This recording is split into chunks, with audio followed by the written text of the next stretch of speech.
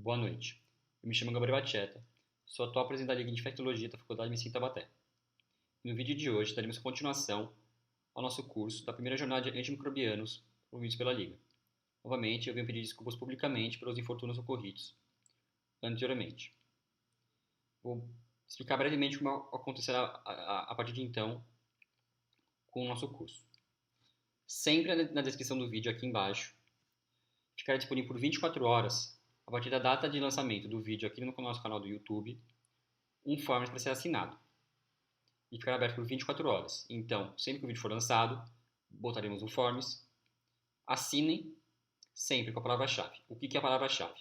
Durante o vídeo, a professora, ou professor no caso, falará uma palavra-chave para ser botado no forms, para dar certeza que vocês assistiram o nosso vídeo. Ok? Dito isso, venho aqui apresentar a professora Joana Dark. Ela é graduada pela Faculdade de Medicina de Taubaté no ano 2012. Ela fez a residência médica em pediatria pelo Hospital do Servidor Público Estadual em 2016 e, posteriormente, em 2019, também é formada em residência médica em infectologia, também pelo Servidor Público. Atualmente, ela trabalha como médica visitadora da enfermaria pediátrica no Hospital Materno Infantil da Unimed em Guarulhos e é médica infectologista responsável pelas interconsultas de pacientes internados na Santa Casa de São José dos Campos e médica responsável pelo serviço de epidemiologia e controle de infecção hospitalar no Hospital Materno Infantil de Guarulhos. Professora Joana Dark. Olá, pessoal, boa noite. Meu nome é Joana, eu sou formada em Medicina por Taubaté. Eu tenho residência médica em Pediatria e Infectologia, ambas pelo Hospital do Servidor Público Estadual em São Paulo. Atuo como médica visitadora de enfermaria pediátrica, médica consultora em serviço de controle de infecção hospitalar e médica infectologista responsável pelas interconsultas de pacientes internados. Hoje eu vim aqui para a gente bater um papo com relação às infecções de pele e partes moles voltadas, né, para a terapêutica antimicrobiana, que é o assunto da nossa jornada de antimicrobianos, promovida pela Liga de Infecto de Taubaté. E quero agradecer mais uma vez a Liga pelo convite, né, pela gentileza. Agradecer aos meus colegas, o André, Natanael e Juan, por terem aceitado o convite, assim como agradeço também a Júlia por ter aceitado o convite, e agradeço a todos vocês que se inscreveram para participar aqui com a gente, para a gente conseguir estudar juntos e aprender mais um pouquinho juntos. Então, sem mais delongas, como diria a Beatriz, parafraseando, vou compartilhar a tela aqui com vocês.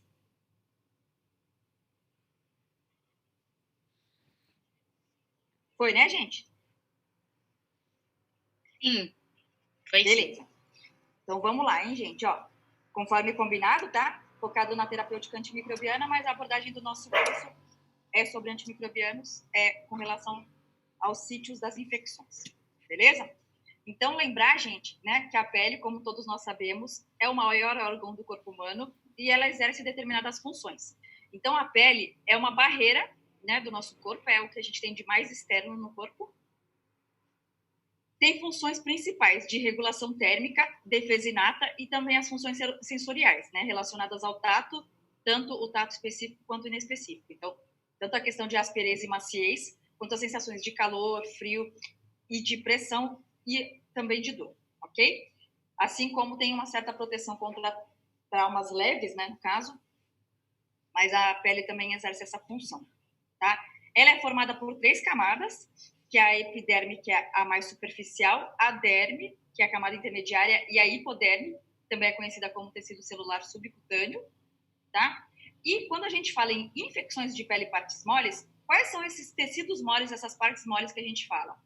A função desses tecidos é interligar, apoiar ou proteger, ou tudo isso junto, outras estruturas e órgãos que, como, por exemplo, os músculos, as fáscias, os tendões, a gordura, os vasos sanguíneos e também os nervos, tá? Então, essas estruturas, músculo, fáscia, tendão, gordura, são as partes moles que a gente se refere quando fala em infecções de pele e partes moles, tá? São essas estruturas que estão compreendidas entre a pele e o osso, ok? Né? O espaço entre eles. Então, aqui aquele esqueminha, né, que a gente conhece, tá? A camada mais externa da pele, que é aquela camada que tem queratina, né, camada córnea. Então, parte da epiderme, a derme e o tecido celular subcutâneo, certo? E a fisiopatologia das infecções de pele e partes moles estão associadas à invasão direta, né, e proliferação, consequentemente, de micro-organismos, no caso de patógenos, né, micro-organismos causadores de doença, que leva à destruição tecidual com eventual possibilidade de produção de toxinas, o que facilita que o processo acabe se tornando sistêmico, tá?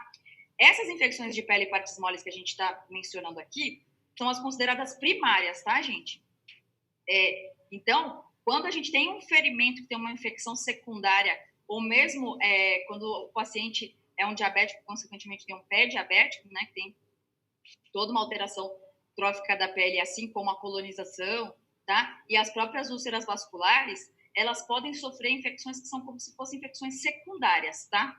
E aí muda um pouco a fisiopatologia, mudam também os patógenos presentes e, consequentemente, o tratamento difere um pouco, tá? Então, a gente está mais focado nas infecções de pele e partes moles primárias, tá? Mas a gente vai mencionar também algumas informações a respeito das outras, tá?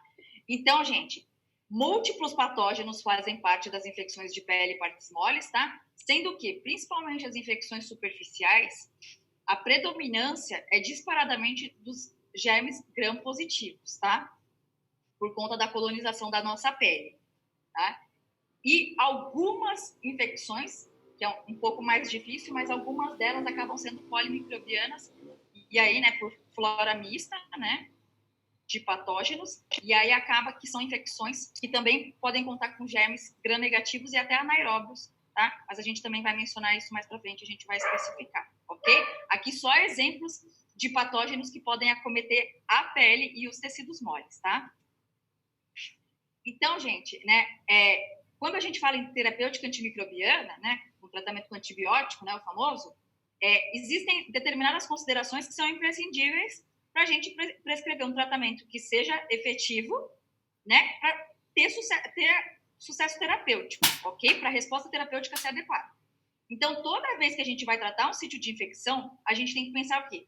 Nos agentes etiológicos, né, os patógenos mais frequentes, né, mais comuns que acometem aquele sítio, né, porque é pensando nisso que a gente vai pensar numa cobertura antimicrobiana compatível com esses patógenos, ao mesmo tempo que eu preciso ter o quê?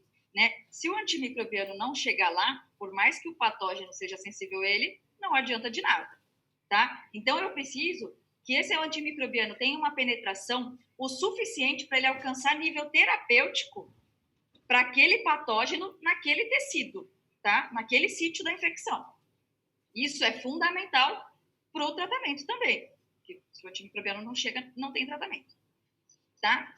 E outras coisas também de extrema importância, que são fundamentais, é considerar as eventuais comorbidades do paciente, assim como o uso concomitante de outras medicações, porque eventuais comorbidades contraindicam o uso de certas substâncias, assim como o uso de outras medicações podem afetar metabolismo, excreção e por aí vai do antimicrobiano que a gente vai prescrever, e pode ter alguma incompatibilidade. Então, isso faz com que a gente tenha uma tendência a precisar de uma outra escolha terapêutica, tá? E também levar em considerações eventuais reações adversas prévias que o paciente tenha tido, que também é relevante. Sejam elas relacionadas diretamente ao próprio antimicrobiano ou mesmo uma reação de hipersensibilidade, né? Que são individuais, tá? Então, isso é característica do paciente mesmo, tá? De sensibilidade que ele tem.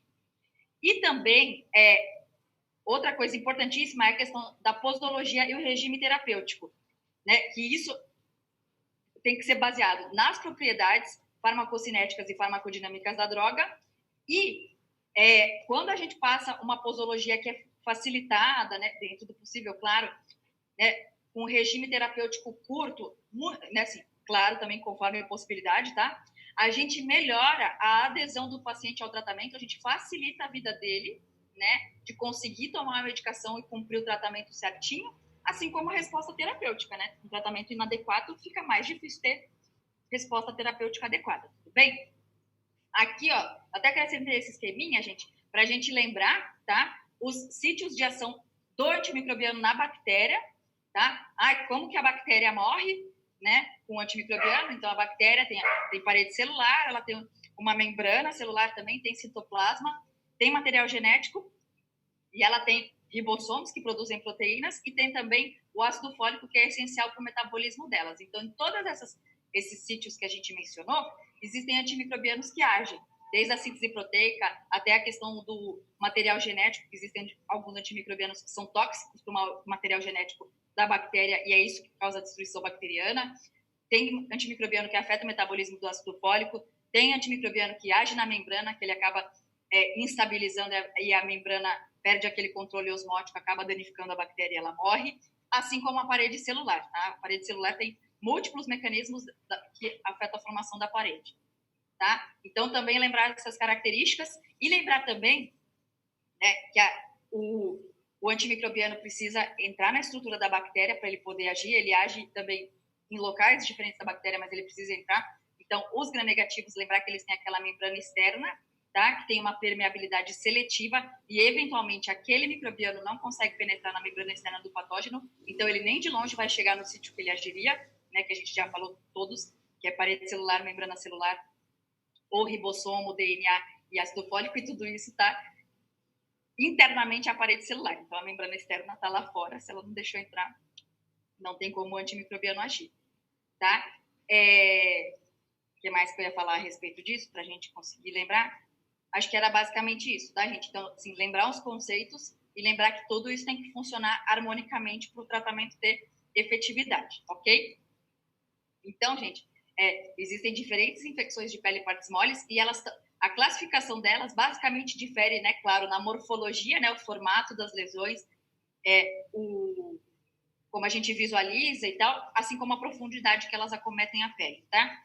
Então, dentre as infecções de pele e partes moles, existe o impetigo, tá? O impetigo é habitualmente uma infecção superficial puramente intraepidérmica, tá? O impetigo, ele é uma base eritematosa que ele acaba formando uma pápula, uma vesícula, na verdade, ou mesmo pústula, né? A vesícula, seja com conteúdo transparente, seja com pus dentro, né? Que ela acaba recebendo o número de pústula, ela tem uma base eritematosa e ela evolui, né? Ela se rompe, a lesão fica sequinha e forma uma crostinha. E essa crostinha é uma crostinha que tem uma cor amarelada, tendendo para o mel, assim, sabe? Não chega a ser escura que nem o âmbar, mas tá aí, sabe? Entre essas nuances, digamos assim, tá?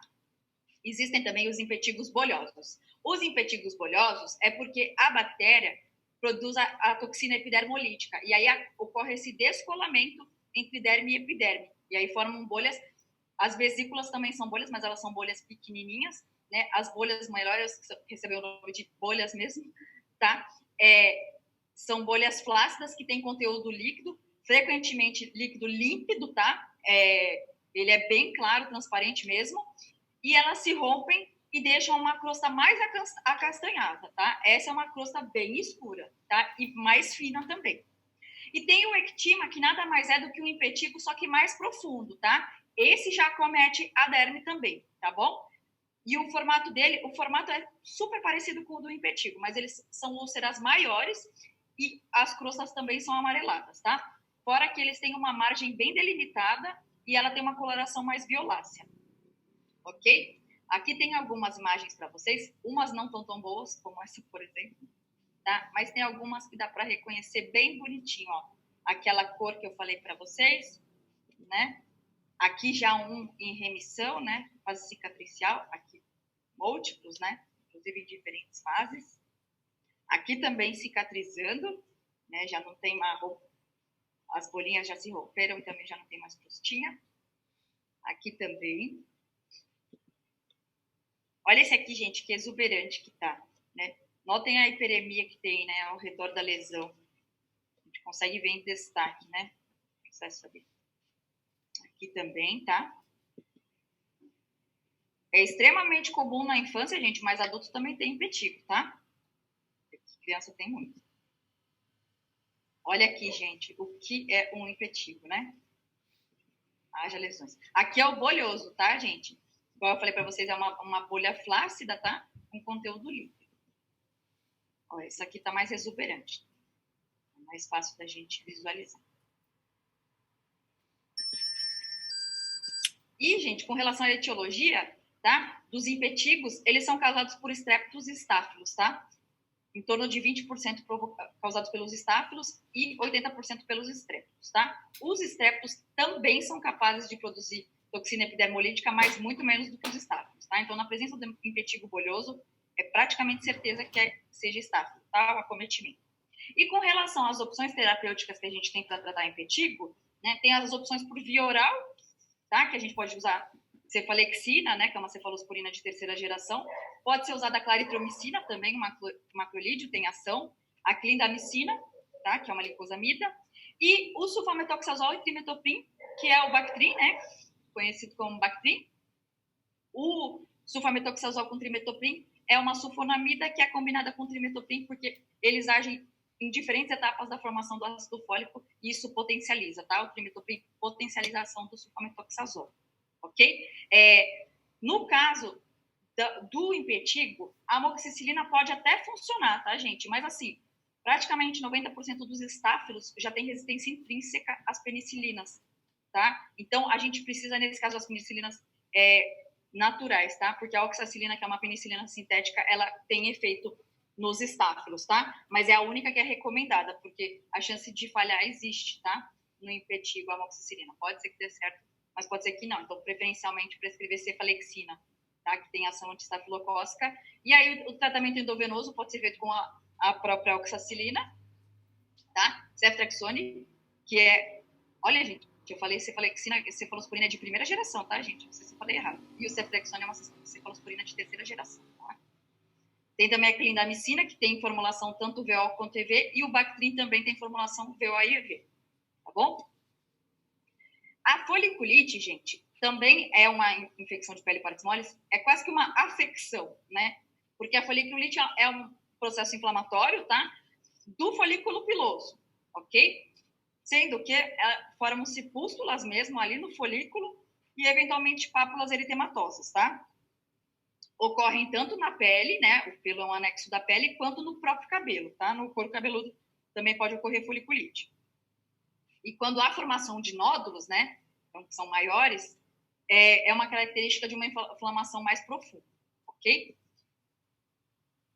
No caso da foliculite, é comum ter tanto gram-positivos quanto gram-negativos, tá? E aí os estáfilos, de novo, né? Enquanto os gram-positivos lideram aí, tá? Só que assim, vou mostrar as fotos primeiro, ó, quase que eu dou spoiler. Aqui, ó, gente, né? Aqui estão as pústulas. Essa lesão aqui, ó, ela foi manipulada, tá? Está essa cratera aí, né? Ó, dá para ver bem bonitinho, né? Que assim, o folículo sai da pústula, né? Então é o folículo ali mesmo que é o problema. O pelo, né, no caso. O fio sai da pústula, então é fácil perceber que é o folículo. Aqui também, ó. Tem um aqui também que dá para ver o pelinho, né? Aqui, gente, é uma foliculite de couro cabeludo, tá? Muito provavelmente essa perda toda de cabelo aqui, ó, que tem região que está hiperemiada, né, com provável atividade inflamatória, né, assim, com provável inflamação ativa, essas regiões aqui mais esbranquiçadas, elas têm uma chance bastante grande de ser uma região cicatrizada, tá? Que forma fibrose no couro cabeludo. Quando o couro cabeludo cicatriza, a fibrose do couro cabeludo, os folículos são destruídos, tá? Então, nesses locais aqui, muito provavelmente não vai mais crescer cabelo, tá? Essa aqui é a alopécia cicatricial, tá? Que ela é secundária a um processo que teve destruição dos folículos e aí não cresce cabelo mais, tá? Aqui, ó, a gente vê as inflamações e tem umas crostinhas, né? Aqui mais sutil, ó, mas ainda assim a gente consegue ver, né, umas pápulas. E aqui, ó, gente, notem que os pelos, cada um tem um tamanho, né? Dá para perceber que eles foram, né, cortados mesmo, né? Usado lâmina. Essa imagem eu acho magnífica, que ela tem uma definição excelente. Dá para ver bonitinhas as pústulas, tá? Aqui, ó, gente, foliculite de barba, tá? Aqui também tem aquelas crostinhas até pra gente identificar. Mas olha a tonalidade da pele aqui, ó, a pele saudável. E olha aqui, ó, a pele sana, no caso. E olha a hiperemia, tá? Olha como tá inflamado isso aqui. Aqui também, esse aqui é até mais fácil de ver, né? Ó, Aqui é a mesma pessoa, tá, gente? Aqui é só a foto do perfil, tá? Ó, múltiplas pápulas, né? Aqui também, ó, podem ver que aqui é bem pouco, bem discreto, mas também tem. Aqui não dá para ver, gente. Aqui, na verdade, o que chama atenção é mais a parte da cicatriz mesmo, tá? Ó, mais aqui, tá? Também em região de barba. Tá? E aí, gente, assim, ó, como eu estava falando aquela hora, a foliculite, muitas vezes, ela é uma doença autolimitada, tá? A pápula, ou mesmo a pústula, elas tendem a evoluir com melhora em boa parte das vezes e acaba não requerendo um tratamento específico. Mas existem situações que a gente precisa tratar, tá? E aí, em alguns casos, é possível até iniciar tratamento tópico primeiro, tá? E aí, caso não responda, instituir terapêutica sistêmica. Só que se forem grandes extensões do corpo ou mesmo foliculite da barba, tá? Ou, então, um tratamento tópico que não deu certo, aí a gente usa o tratamento sistêmico, tá? A questão da barba é por ser região de cabeça e pescoço, tá, gente? Que é uma região nobre, né? Então, assim, o potencial de ter complicação grave existe e a gente tem que ficar atento, tá? Então, ó, como eu falei, muitas vezes são quadros autolimitados, frequentemente de pequena extensão, tá? Os quadros persistentes, né, que permanecem por semanas ou que acometem mais de uma área do corpo, já tem uma certa indicação da gente tratar, nesse caso, o tratamento tópico, tá? E aí a gente pode usar formulações tópicas que tem disponível aqui no Brasil. A mupirocina tópica existe, inclusive é considerada a primeira escolha, tá? Assim como a clindamicina, ambos são antimicrobianos com excelente ação anti-estafilocócica, tá? Que é o líder lá, né, das etiologias. E a segunda escolha é ácido fusídico, que também tem ótimo efeito anti-estafilocócico, tá? É que comparando a eficácia, ele perde um pouquinho para a clindamicina e a mupirocina, só por isso que elas acabam sendo a primeira escolha. E naquelas situações que eu falei, caso refratário ao tratamento tópico, né, ou acometimento de grandes extensões do corpo, ou mesmo se for a região de barba, por ser a região de cabeça e pescoço, aí é tratamento sistêmico, tá? Nesse caso, pode ser de novo usado, né? Cefalexina, clindamicina e mesmo o sulfametoxazol trimetoprim, tá? Dentre as escolhas possíveis aí. Aí aqui de novo, tá, gente? Ceftriaxone entra, pode funcionar, tá? Uma série deles. Com relação aos abscessos e também a furunculose, que é um tipo de abscesso, tá? Os abscessos, né, eles são quando a formação intensa, né, de pus, ele acaba ficando ali, porque ele não tem para onde vazar, né? Então, acaba coletando ali essa secreção, tá? Nos tecidos profundos da pele. O furúnculo é esse abscesso derivado da foliculite, tá? Não é a coisa mais comum do mundo, gente, mas tem gente que tem tendência a formar furúnculos de repetição, tá? Então, assim, é muito rápido. Às vezes a pessoa nem percebe a foliculite e já evolui com furúnculo, tá? E aí, nesse caso, a mesma coisa. Ele vai dissecando o tecido subcutâneo, tá? Comumente, os furúnculos, eles são mais profundos, tá? A loja ali, tá? Onde está contido o pus, tá? E os abscessos cutâneos mesmo tendem a ser mais superficiais. Adivinhem quem é o patógeno mais frequente? Isso mesmo, Staphylo aureus. Olha ele aqui de novo, né, gente? Ele tá em todas de pele e partes moles, é um patógeno extremamente frequente e tem que dar atenção para ele, tá? As regiões mais acometidas são pescoço, face, as axilas e nádegas.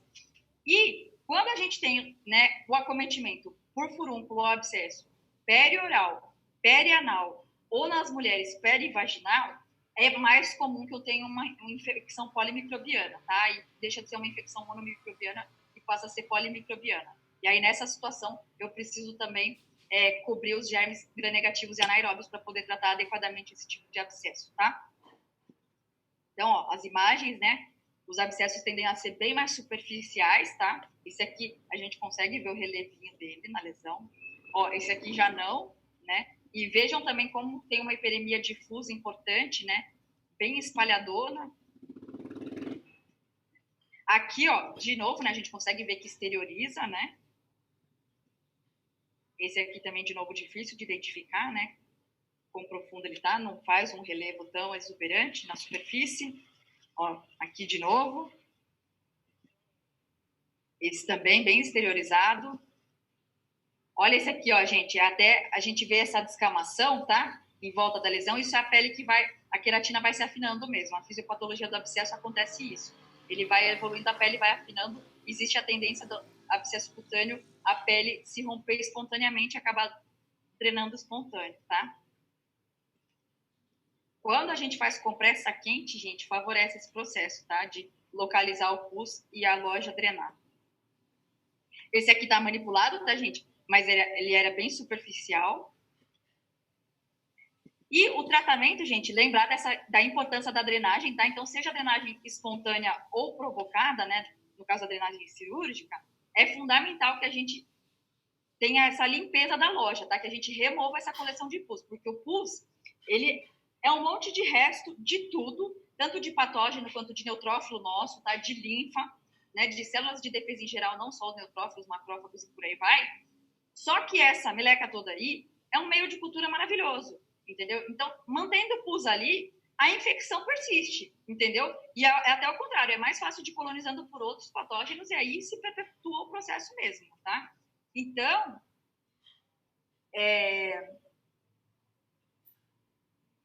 apareceu uma aviso aqui, desculpa, gente. Então, a drenagem é fundamental, tá? Ainda que espontânea, sem querer eu passei, que eu estava aqui ainda, tá? As atuais recomendações, principalmente do IDSA, tá? Que é a Sociedade Americana de Doenças Infecciosas, o que eles reiteram?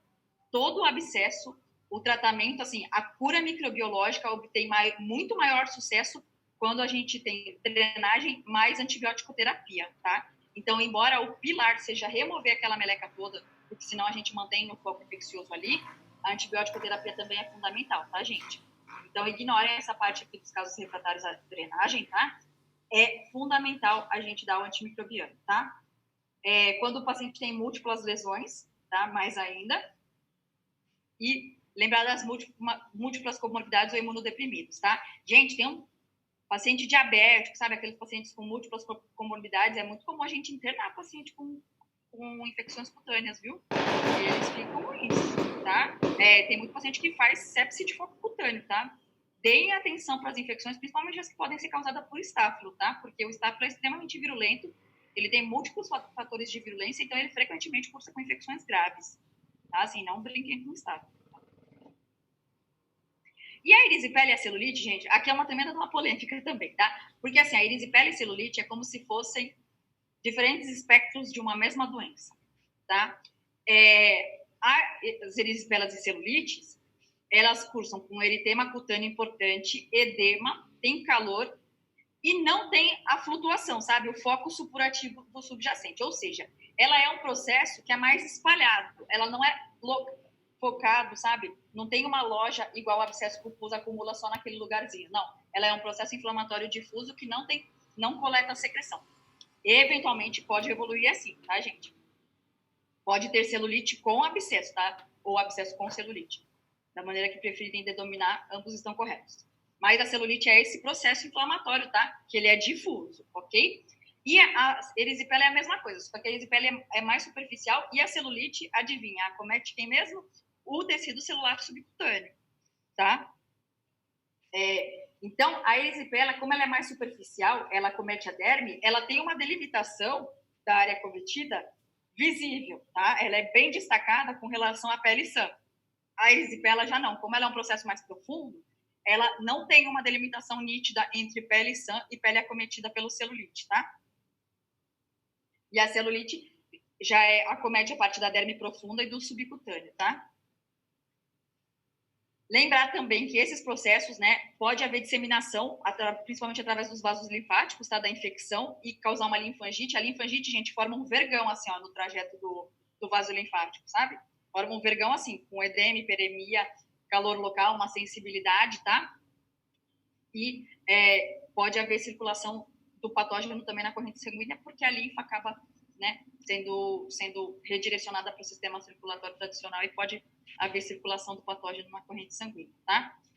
Pode cursar também com bolhas ou necrose, aqui de novo pelo mesmo motivo, tá? Por patógenos que produzem toxina epidermolítica. E pode também ter abscesso, seja o abscesso cutâneo ou mais profundo, tá? Né? Como se fosse subcutâneo ou mesmo fascite necrotizante, tá, gente? Então, olho vivo, tá? E os mais comuns, de novo, os estreptos beta-hemolíticos e o estafilococcus, tá? Então, aqui, ó, gente, olha só, as características como são. Ó, a pele, dá para ver que ela tá tensionada, ó, a gente vê até umas estriazinhas, tá? Assim, estrias que eu digo, umas listras formando ali, de tão tensa que tá essa pele, tá? Por conta do edema. A gente consegue ver perfeitamente um contorno entre a parte sã e a parte acometida, porque a parte sã tá da cor da pele e a outra tá rosa, né? Bem avermelhadora, tá? Além disso, esse brilho, e é muito comum também nas erisipelas ficar aquele aspecto de casca de laranja, que é uma superfície com relevo exuberante, sabe? Ó, aqui de novo, a foto tá péssima, mas o contorno parece um mapa, né? Assim, de tão bem contornadinho onde está cometido e onde não tá. A erisipela é bem assim, é bem fácil de distinguir a pele sem a pele acometida. Ó, aquele aspecto, deixa eu apontar aqui com a seta, então. Ó, estão vendo essa superfície aqui dessa pele? Ó, esse aqui que é o aspecto de casca de laranja que eu falei, tá? Isso aqui é por conta dos vasos linfáticos da epiderme, tá? Existe uma linfangite associada ao processo, associada ao processo nessa camada da pele, né? Os vasinhos linfáticos dessa camada acontece por eles estarem edemaciados, acometidos pela doença, acontece esse aspecto aqui, tá? Que é chamado de linfedema. Aqui, ó, gente, olha só, um rosinha, mas não dá para ver muito bem, né? Onde começa, onde acaba. Aqui tem quase que um contorno, mas na verdade também não tem muito bem, né? E aqui, então, sem comentários, né? Só dá para comparar o meu outro e ver que tem diferença, mas aqui nessa mesma, a gente não faz ideia de onde começa e de onde termina, né, a hiperemia, tá? Então, essas já estão acometendo as camadas mais profundas. Também nada impede que acometa ambas ao mesmo tempo, tá, gente? Também pode acontecer isso, viu? E também pode começar com erisipela e se tornar uma celulite, tá? Ele invadir mais profundamente. Aqui, de novo, ó, a gente não consegue distinguir muito bem quase que nada, né, do que está acometido e o que não está. Aqui, ó, tem até umas petequias mais superficiais, né, bem visível, né, onde está sã e onde está acometida, tá? Aqui a mesma coisa, ó. Aqui na face, ó, gente, ó, nariz, hein? Tá? Região merece atenção. Aqui, de novo, aquele linfedema da epiderme, né? Bem superficialzão, com aspecto de casca de laranja. Aqui acometendo a face, né? Dá pra ver aqui o contorno, tá? Aqui, além da delimitação boa, né? Entre pele permeada e pele sã, tem o aspecto também, né? Da casca de laranja. Ó, gente, aqui bolha, tá? Aqui é a erisipela bolhosa, tá? Produção da toxina epidermolítica também. Aqui também, ó. Aqui, pode ver que a gente não tem um contorno tão bonito, tá? Isso aqui provavelmente se chama celulite bolhosa, tá? Ó. Olha o tamanho das bolhas, gente. Como elas são exuberantes, às vezes. Tá? Aqui também, né? Esses daqui são as famosas imagens de livro, né? Totalmente contornado aqui, né? Pele sã e pele acometida. E a bolhona. Aqui, celulite de face. Aqui também é bem divertido, né? A gente vê, tem coisa errada, mas não consegue definir exatamente onde está errado e onde está certo. Né? Aqui também. Olha o edema, gente, como está importante, comparando o contralateral. Olha aqui, gente, na mão. Olha o edema. Aqui a gente vê a demarcação dos vasos. Olha aqui, ó. Aqui não vê nada, né? E, ó, os dedos já também edemaciando, ó, comparado com aqui. Aqui também a gente não tem uma exata noção de onde começa e onde termina, né?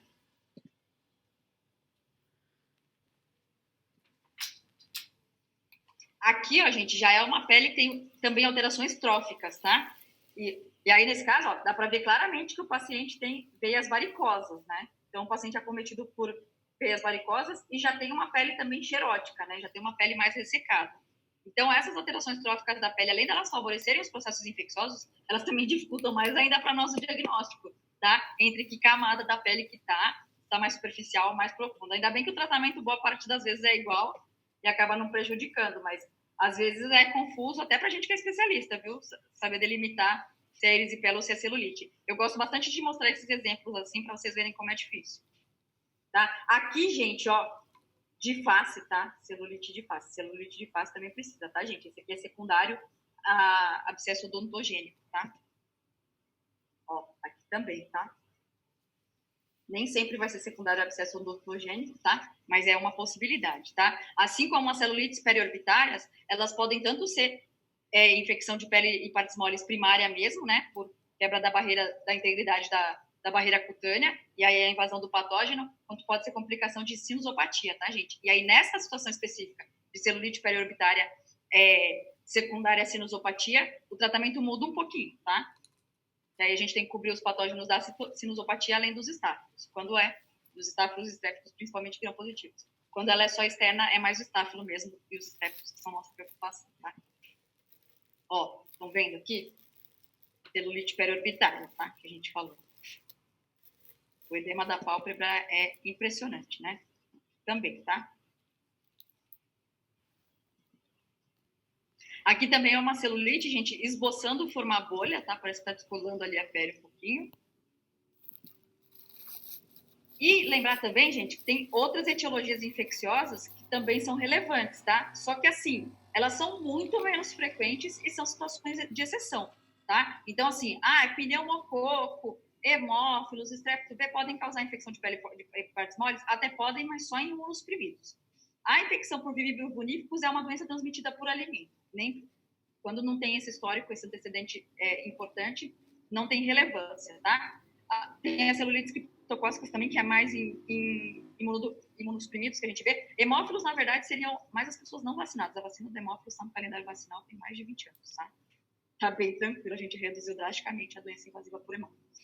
E tem as infecções pelas micobactérias, principalmente as de crescimento lento, que são muito comuns em procedimentos que têm, né, perfurocortantes, principalmente injeções, porque eles colonizam, né, as micobactérias elas têm formas de resistência, e isso dificulta, então, assim, precisam ser processos de esterilização, né, ou os materiais que permitem processo de desinfecção de alto nível, mas a gente precisa manter essa integridade e não contaminar na hora de manipular também esses materiais, que eventualmente a gente pode transmitir esse tipo de infecção. Mas essas são as exceções, tá, gente? É só porque eu não estou fingindo que elas não existem, mas sim priorizando as que são mais frequentes disparadamente. O tratamento não está funcionando. Quando o tratamento não está funcionando, gente, rever o sítio da infecção, se é aquele mesmo, lembra os patógenos mais frequentes, rever a antibiótico terapia, e aí, dentre as possibilidades, uma pode ter fechado o foco, pode ter formado coleção, tá? Se tornado um processo fechado, né? Uma loja de pus, e aí, se não for drenado, não vai melhorar mesmo, ou, eventualmente, uma contaminação, uma infecção causada por um patógeno resistente, tá? Nessas horas, outra coisa útil é chamar a gente para ir lá avaliar e ver se a gente também tem alguma outra ideia do que possa estar acontecendo, tá? Né? Lembre-se do infecto, tá? Mas é só para não fingir que elas não existem, que elas são muito menos frequentes do que as que a gente priorizou aqui, tá, gente? E tem a fascite necrotizante também, acabou ficando fora de ordem, tá? Mas é uma infecção mais profunda, tá? E tem uma destruição maciça da face muscular, tá, gente? A fascite, ela causa um eritema, edema e a própria quentura, né? A própria temperatura do local muito aumentada com relação às outras regiões do corpo. E uma coisa que é muito relevante é que a dor que o paciente apresenta é totalmente desproporcional ao que a gente vê no exame físico, tá? Fora que aqui tem produção intensa também de toxinas, tá? Então o paciente fica toxemiado, tá? Ele tem sintomas sistêmicos, na verdade o paciente faz sepse, tá? E nesse caso, como toda sepse, tá? São pacientes, né, é uma patologia com alta taxa de mortalidade, ok? Não bastasse tudo isso, né? Esse mecanismo da destruição da face e da produção de toxina, ele avança muito rápido, tá? E tem mudança na tonalidade das lesões, né, da pele acometida, no caso, que vai desde o vermelho púrpura, ela começa a se tornar tanto violácea quanto, eventualmente, azul acinzentada, tá? A tendência é a pele romper formando bolha também, e essas bolhas são com conteúdo hemático, tá? A pele necrosa, tá, gente? Ela, assim, necrosa e tem bactéria lá dentro, ou seja, a bactéria infecta a necrose, gerando gangrena também, tá? em coisa de 3 a 5 dias, gente, uma pele que ainda estava sã, porque o processo está ali profundo na fáscia, a pele acaba se deteriorando também e necrosando, tá? E fora isso, né, inicialmente a dor é completamente desproporcional, mas na evolução do quadro, o paciente perde a sensibilidade nesse local acometido, tá? Então é muito comum ele ficar com aquele local completamente anestesiado antes de ter a necrose de pele visível, tá? E isso é outra coisa que é um indício importante de fascite necrotizante, tá? Então, assim, o que é fundamental aqui, tá? É um tecido necrosado profundo, tá? Com produção de toxemia. Não tem jeito, tá? Eu preciso abrir, né? Fazer cirurgicamente alcançar essa loja e remover esse material necrótico, porque assim como o pus, ele também é um alimento maravilhoso, né? Um meio de cultura super requintado, os patógenos, eles adoram. E fora que produz toxemia, então o paciente está num risco bem alto, digamos assim, tá? E aí, pelo processo inflamatório e edema, pode cursar com síndrome de compartimental associada, tá? E aí tem que fazer a fasciotomia da face que sobrou, tem que seccionar para poder aliviar a pressão ali e não ter destruição vasculonervosa daquele membro acometido, tá? Porque a face, como ela segura certo ponto o edema, começa a ter compressão que pode danificar permanentemente os vasos sanguíneos e a parte nervosa, tá? Das fibras nervosas. Então, gente, desconfiou de fascite necrotizante, chama o cirurgião, porque ele precisa avaliar. E se ele ficar na dúvida que pode ser uma fascite necrotizante, ele vai abordar esse paciente, vai abrir para ver se tem material necrótico, né, profundo, para ele poder fazer debridamento, porque é a chance do paciente. Claro que é fundamental tratar com antimicrobiano para poder, né, encerrar o ciclo bacteriano, erradicar as bactérias, e aí assim elas vão parar de produzir toxinas, né? E ao mesmo tempo de consumir a face e destruir. Mas, tá? Precisa remover obrigatoriamente os focos necróticos. Tá? Síndrome compartimental falamos, tá? E até ela tem uma divisão de nomenclatura, tá? Que é a fascite necrotizante do tipo 1, que também é conhecida como gangrena de Fournier ou síndrome de Fourier. Ela é causada por associação entre aeróbios e anaeróbios, tá? A definição de fascite necrotizante que seja a gangrena de Fournier é quando ela acomete testículo, tá, gente? Acomete a parte do períneo masculino, tá? Então, as mulheres não têm gangrena de Fournier, tá? Porque essa nomenclatura é exclusiva para o genital masculino, tá? E a fascite necrotizante tipo 2 é mais comum ser monomicrobiana, tá? Adivinhem os patógenos. Sempre eles, né? Os estreptos, tá? Beta-hemolíticos do grupo A, sempre eles. Ou outros beta-hemolíticos, nesse caso da fascite necrotizante, tá? E o Staphylo aureus, tá? Os estreptos do grupo A, né? Eles produzem exotoxinas que desequilibram mais ainda a resposta inflamatória, tá? E isso favorece ainda mais a sepse vira-choque, tá? Como é que fala? Como se fosse incentivar mais ainda, tá? Intensificar ainda mais, achei a palavra, intensificar ainda mais as disfunções orgânicas associadas à sepse, tá? Porque a sepse, os mecanismos de má perfusão acaba cursando com disfunções orgânicas, né, associadas. E outros patógenos também podem estar presentes, embora os mais comuns, disparadamente, são o Staphylo aureus e os estreptos. Agora, nesse caso, gente, da fascite necrotizante, como é uma infecção extremamente grave, né, e tem que debridar e tal, o tratamento é totalmente dependente do debridamento, mas a gente vai usar aqui, a nossa terapêutica antimicrobiana vai ser de amplo espectro, tá? Porque a erisipela e celulite, gente, é aquilo de sempre, tá? Cefalexina pode, clindamicina pode Bactrim, tá? Tem a oxacilina de opção, tem o ceftriaxone de opção, tá? Parenteral, eu não me lembro de ter falado isso, tá? Mas é a mesma cobertura, tendo em vista que são os mesmos patógenos, e essas coberturas também penetram nesses sítios, tá? E no caso da fascite, gente, a gente sempre vai associar medicações, tá? Porque é uma infecção muito grave, tá? Então, a gente pode usar desde, vamos supor, se a gente usar uma penicilina com inibidor de beta-lactamase, né, a gente já tem o espectro das penicilinas, o espectro natural, que é para os gram-positivos, e a gente ainda ganha cobertura para gram-negativo e para anaeróbio, graças à ação do inibidor de beta-lactamase, tá? E o próprio Staphylo aureus, que ele produz a penicilinase estafilocócica, que é um tipo de beta-lactamase, o inibidor de beta-lactamase consegue inibir a penicilinase estafilocócica, tá? Então, a amoxicilina com clorofenato também é ativa contra, inclusive, o estáfilo, tá? Então, eu consigo uma cobertura boa usando penicilinas com inibidores de beta-lactamase. Então, seja amoxiclavulanato, seja ampicilina com sulbactam, ou mesmo, principalmente nas etiologias, né, hospitalares, né, de patógenos hospitalares, a piperacilina tazobactam, tá? Eu posso usar as cefalosporinas, tá? No caso, as cefalosporinas, elas, né, vão ganhando também espectro contra gram-negativos, e aí, nesse caso, eu só associaria, né, mais uma cobertura para anaeróbios, que aí a clindamicina também vai super bem, tá? E eu posso, eventualmente, também precisar de drogas um pouco mais fortes, né, de cefalosporina de quarta geração, né, que primeira, segunda, terceira vão bem para as infecções comunitárias. Mas as infecções hospitalares eu preciso geralmente no mínimo de uma cefalosporina de quarta geração. E aí, nesse caso, eu também vou completar com uma cobertura legal, né, para os anaeróbios, tá? Aqui até coloquei, tá, gente? Os que também podem participar, mas não tão comuns. E claro, né, como a gente mesmo mencionou aqui, claro que se a gente perceber que tem evidência de acometimento fúngico, a gente também vai associar um antifúngico, tá? Mas é isso, tá? A gente precisa fazer aqui, precisa de uma cobertura para infecção polimicrobiana bem abrangente, tá, gente? Porque a infecção grave. E aqui, ó. Aqui, ó, a pele, ó, já tá toda descolada, tá? A pele, que eu digo a epiderme, tá? A parte superficial. E essas manchas que a gente vê, ó, né? Esses arroxeados quase que enegrecidos, tá? Isso aqui é sinal de necrose profunda, tá?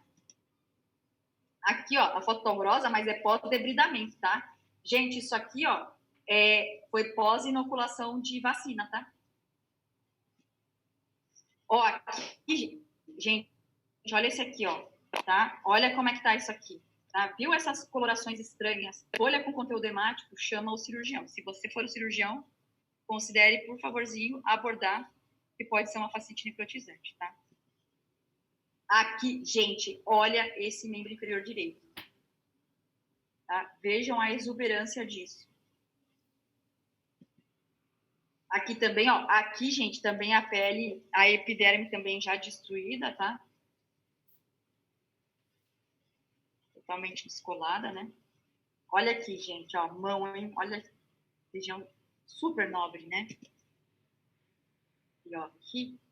Esses dois é a mesma mão, tá, gente? Ó, na face anterior e na posterior também, tá? Aqui também é pós-debridamento. Aqui o ruim é que tem algumas substâncias tópicas também aplicadas, então atrapalha um pouco a gente entender o que é lesão, o que é resíduo de pomada e por aí vai. Ó, aqui, gente, vocês estão vendo que tem um dreno de Penrose aqui, para poder drenar se tiver ainda mantendo secreção. Ó, mas vocês veem, né? Essa pessoa aqui, ó, saiu bem, tá? Melhorou. Recuperou. Olha isso aqui, gente. Olha esse edema e olha como isso aqui tá violáceo, quase que enegrecido de novo, né? Aqui tem uma região que tá literalmente acinzentada, né, gente? Vocês conseguem perceber? Tá? Então, ó, recapitulando, tá? Tamanha a importância do assunto. A fascite é uma emergência médica, tá? E o tratamento é exploração cirúrgica, quanto mais precoce possível, tá? Melhor. E com debridamento de tudo que tiver necrosado, tá? E antibiótico terapia empírica de amplo espectro, com muito provavelmente necessidade de suporte hemodinâmico, tá? Porque esse paciente está, no mínimo, séptico e boa parte das vezes ele está chocado mesmo, tá? Uma alteração hemodinâmica que a gente precisa ir compensar hemodinamicamente, tá? E lembrar, tá? Que nas infecções de pele e partes moles, eventualmente a gente vai ter diagnóstico diferencial, tanto entre outras infecções cutâneas, quanto mesmo patologias não infecciosas, tá? Só para destacar aqui para vocês que também nem tudo que é eritrodermia é necessariamente infecção, mas é um diagnóstico de extrema importância, tá? E, né, como o nosso foco terapêutico antimicrobiano, muitas vezes o tratamento vai depender de antimicrobianos. Ok, gente? Então, hoje era isso, tá? Eu espero que vocês tenham gostado. Aproveitem a nossa jornada e vejo vocês nos próximos assuntos.